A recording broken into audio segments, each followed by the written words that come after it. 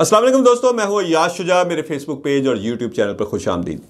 दोस्तों, बड़ी खबरें हैं जो आपसे डिस्कस करनी है। सबसे पहले सुप्रीम कोर्ट के चीफ जस्टिस और जिस बेंच ने इंतखाबात करवाने के अहकामात जारी किए उनके ख़िलाफ़ हुकूमत क्या साजिश कर रही है वो आपको बताऊँगा।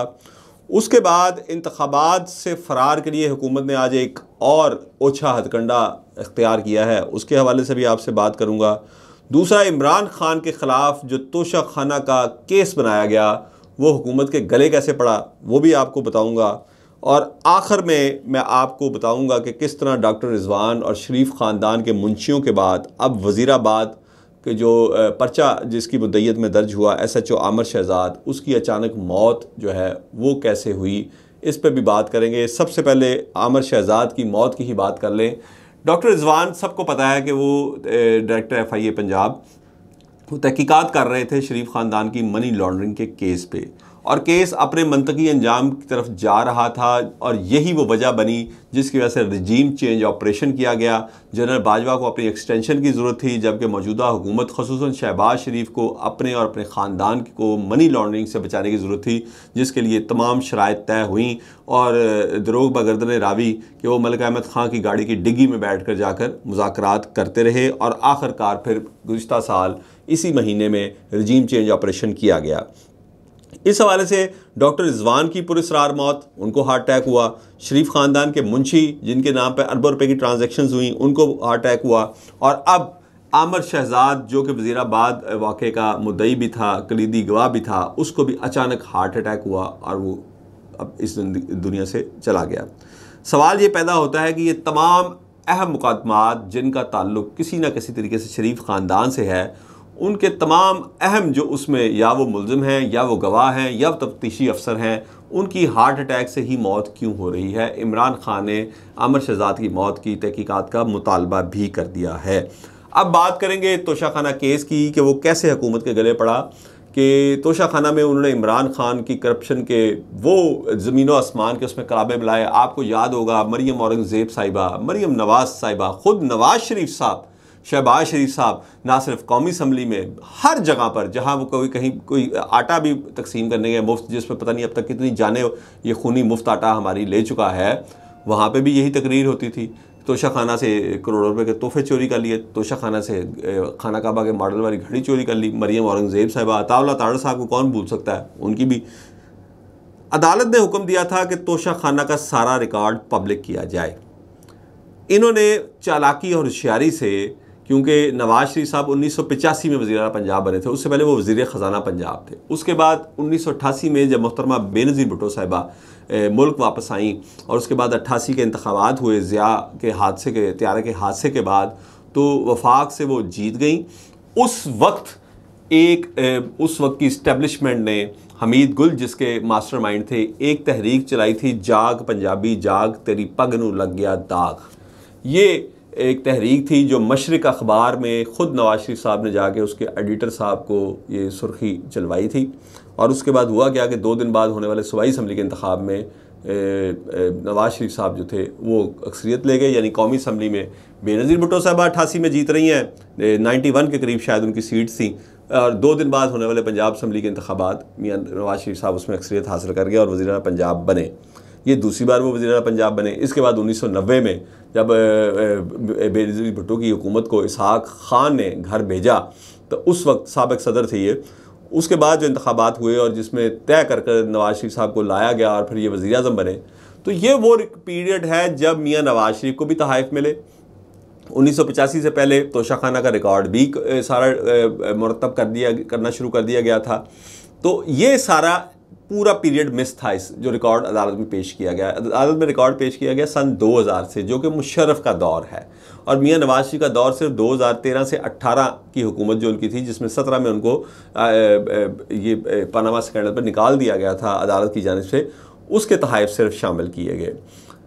अब अदालत ने जब ये मुतालबा किया, जिससे पहले हुकूमत ने राह फरार अख्तियार किया था ये कह के कि दोस्त ममालिक ने ये तहाइफ दिए हैं तो वो नाराज़ होंगे, तो अदालत ने वो बात तस्लीम नहीं की कि वो तोहफे दे चुके हैं, उनकी नाराज़गी की आप परवाह ना करें, वो ना नाराज़ होंगे, आप तोहफ़ों का रिकॉर्ड पेश करेंगे। अगर इमरान खान ने इस तरह किया तो बाकी लोगों ने क्या किया, उसमें बाकी सब का तो आया, मरियम नवाज़ साहिबा का भी आया कि वो अनानास तक ले गई, और मियाँ नवाज शरीफ साहब का भी आया कि कि उस तरह किस तरह उन्होंने वहाँ से गाड़ियाँ ली, जरदारी साहब ने ली, शौकत तरीन साहब ने ली, सबके आ गए इसमें नाम। अब अदालत ने जब से ये रिकॉर्ड मुरतब किया गया था तब से रिकॉर्ड मांगा तो उसमें भी पसोपेश की जा रही थी। अब हुकूमत इस अदालती फैसले के ख़िलाफ़ अपील में चली गई है, क्योंकि हुकूमत नहीं चाहती कि नवाज शरीफ साहब का पुराना रिकॉर्ड जो है वो बाहर आए और वो तमाम तहाइफ की डिटेल बाहर आए, और उसके बाद जो इतना बड़ा बयानिया इमरान खान के ख़िलाफ़ बनाया गया है वो इसके सामने आटे में नमक के बराबर होगा, जो शरीफ ख़ानदान ने तोशाखाना के साथ किया या पीपल्स पार्टी ने तोशाखाना के साथ किया। दूसरी जानिब इंतखाबात से फ़रार के लिए हुकूमत आज सेनेट में करारदाद ला रही है। सेनेट में करारदाद पेश की जाएगी और इसका इंदिया इसहाक डार अब से कुछ देर पहले कौमी असम्बली में अपने ख़िताब के दौरान दे चुके हैं कि मौजूदा हालात में पूरे मुल्क में इंतखाबात एक दिन होने चाहिए, और इस तरह सुप्रीम कोर्ट का वो फैसला जिसमें पंजाब में इंतखाबात कराने के अहकाम दिए गए थे उससे हुकूमत राह फ़रार अख्तियार करने जा रही है। और इसकी सबसे बड़ी सबूत यह है कि आज फ़ंड्स जारी होने थे इस हवाले से, अभी तक नहीं किए गए और वफाकी सेक्रेटरी ख़जाना को अमेरिका भिजवा दिया गया है। इस हवाले से पीटीआई जो है वो दोबारा सुप्रीम कोर्ट से रजू करने जा रही है। और अब सबसे बड़ी खबर कि चीफ जस्टिस सुप्रीम कोर्ट और उनके बेंच के ख़िलाफ़ क्या साजिश होने जा रही है। ये वो साजिश है जिसका एक जो आप इब्तदाइया कहेंगे या ट्रेलर कहेंगे वो हम नवंबर 1997 में देख चुके हैं, जब नवाज शरीफ ने सुप्रीम कोर्ट में हमला करवाया था, जब नवाज शरीफ के ख़िलाफ़ उस वक्त के chief justice of Pakistan Sajjad Ali Shah तहकीकात कर रहे थे और उनके ख़िलाफ़ तौहीन अदालत की या इसी तरह की कोई कार्रवाई होने जा रही थी। जब उनको यकीन हो गया तो उन्होंने उस पर पहले हमला करवाया, जिसमें मौजूद चीफ जस्टिस और दीगर जस्टिस साहिबान को अपनी जान बचाने के लिए सुप्रीम कोर्ट की इमारत से भागना पड़ा। और उसके बाद साबिक सदर रफ़ीक तारड़ साहब जो कि पहले जज थे, उनका किरदार किसको याद नहीं कि किस तरह वो ब्रीफ केस लेकर हेलीकॉप्टर पर घूमते रहे और कभी कोयटा जो बार थी और कोयटा हाई कोर्ट था और कभी कोई और हाई कोर्ट, और उनके जजेस को ख़रीदते रहे। और उसके बाद फिर इन तमाम जज बेंच ने सज्जाद अली शाह के ख़िलाफ़ के ऊपर अदम एतमाद का इज़हार किया और उनको घर जाना पड़ा। ये पहला हमला था शरीफ ख़ानदान का अदालत पर, जिसके बाद काफ़ी अरसे तक किसी की जुर्रत नहीं हुई कि उनके ख़िलाफ़ कोई फ़ैसला दे। और जो मुशर्रफ ने उन पर केसेस बनाए थे गद्दारी के और दीगर करप्शन के, वो आपको याद होगा किस तरह यक जुम्बिश कलम उनके ख़िलाफ़ ख़त्म कर दिए गए थे। अब दूसरा हमला ये है कि बार्स में करोड़ों रुपए के फ़ंड्स तकसीम किए जा रहे हैं। जैसे ही supreme court bar, Lahore high court bar, Pakistan bar council और दीगर बार्स ने चीफ जस्टिस के साथ खड़े होने और अदलिया को बचाने के अपने अज़म का इजहार किया, तो उसके साथ ही शरीफ ख़ानदान मैदान में आया। राना सनाउल्लाह फैसलाबाद में फ़ंड्स तकसीम कर रहे हैं, अताउल्लाह तारड़ पूरे मुल्क में फ़ंड्स तकसीम कर रहे हैं, आज़म नज़ीर तारड़ भी इस हवाले से सरगर्म हो चुके हैं, और इस तरह करोड़ों रुपए के फ़ंड्स बांटे जाएंगे। प्लान क्या है? प्लान ये है कि इन बार्स को करोड़ों रुपए के फंड्स जो हैं वो देकर इनको जो हुकूमत चीफ जस्टिस के ख़िलाफ़ अब रेफरेंस भेजने जा रही है सुप्रीम जुडिशल काउंसिल में, जिसके ज़रिए उनको और उनके साथ जो जजेस बैठे थे उस बेंच में जिसने पंजाब में इंतखाबात कराने का फ़ैसला किया था, उनको फ़ारिग करवाया जाएगा इस सुप्रीम जुडिशल काउंसिल में भेजे गए रेफरेंस के ज़रिए। और हुकूमत चाहती है कि इफ्तिखार चौधरी जैसी अदलिया बहाली तहरीक शुरू ना हो, जिसका सुप्रीम कोर्ट बार का सदर भी इंदिया दे चुका है, जिसका लाहौर हाई कोर्ट बार का सदर भी इंदिया दे चुका है और दीगर बार्स के सदूर भी इंदिया दे रहे हैं कि अगर हुकूमत ने ऐसा कोई एडवेंचर करने की कोशिश की तो फिर हम एक ऐसी तहरीक चलाएंगे जैसी पहले हमने इफ्तिखार चौधरी की बहाली के लिए चलाई थी। तो उसके लिए प्लान भी हुकूमत का ये है कि बार्स में पैसे तकसीम किए जा रहे हैं ताकि इन बार्स को हमनवा बनाया जाए। ये है छोटी बार्स, सुप्रीम कोर्ट बार या लाहौर हाई कोर्ट बार या पाकिस्तान बार काउंसिल की मैं बात नहीं कर रहा, उनमें इनकी जुर्रत भी नहीं है। छोटी बार्स जहाँ से ये वकला की तहरीक शुरू होनी थी, जहाँ से वकला ने लाहौर पहुंचकर ये मार्च का आगाज़ करना था या जो भी उनका प्लान था, जो इब्तदाई प्लान तो हमें यही पता था कि मार्च किया जाएगा, लेकिन अभी जो है अब उसका कोई ख़त्मी हद्दो हाल हमारे सामने नहीं आए, उसको रोकने के लिए अब छोटी बार्स में करोड़ों रुपए के फंड्स तकसीम किए जा रहे हैं। और हुकूमत एक बार फिर नून लीग की हुकूमत स्पेशली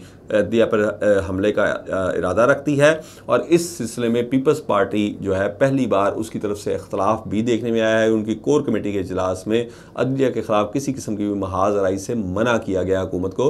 और फ़र्जुल्लाह बाबर जो पीपल्स पार्टी के बड़े सीनियर रहनुमा हैं और एक इनकलाबी और नज़रियाती रहनुमा के तौर पर जाना जाते हैं, रज़ा रब्बानी की तरह, उन्होंने भी ये जो 42 अरकान असम्बली के दस्तखतों से सुप्रीम कोर्ट के उस फैसले के खिलाफ करारदाद कौमी असम्बली में लाई गई थी, उसकी मुखालफत की है और मजम्मत की है। उन्होंने कहा कि अगर 3 जजेस का फैसला आप लोगों के नज़दीक काबिल एतराज़ और काबिल मजम्मत है, तो ये करारदाद भी मेरे नज़दीक काबिल एतराज़ और काबिल मजम्मत है। तो अब देखना यह है कि हुकूमत जिसने अपने ख़जानों के मुँह खोल दिए हैं छोटी बात के लिए, वो कामयाब होती है या वो वकला कामयाब होते हैं जिन्होंने एक बार इफ्तिखार चौधरी के दौर में अदलिया बहाली तहरीक के ज़रिए उस वक्त के डिक्टेटर आमर परवेज़ मुशर्रफ के दांत खट्टे किए थे और बिल आखिर उसको घर जाने पर मजबूर किया था। और उसी तहरीक की ये तफ़ैल है कि देन है कि ना सिर्फ बेनज़ीर भुट्टो पाकिस्तान वापस आ सकी, बल्कि नवाज़ शरीफ और शहबाज शरीफ भी पाकिस्तान वापस आ सके, जिनको मुशर्रफ किसी सूरत पाकिस्तान आने की इजाज़त नहीं दे रहा था, और आज फिर ये उसी अदलिया के ऊपर दोबारा हमला करने जा रहे हैं। इस हवाले से मज़ीद खबरें और अपडेट भी आपकी खिदमत में पेश करता रहूँगा। अपने दोस्तों और रिश्तेदारों का ख्याल रखिएगा। अल्लाह हाफ़िज़।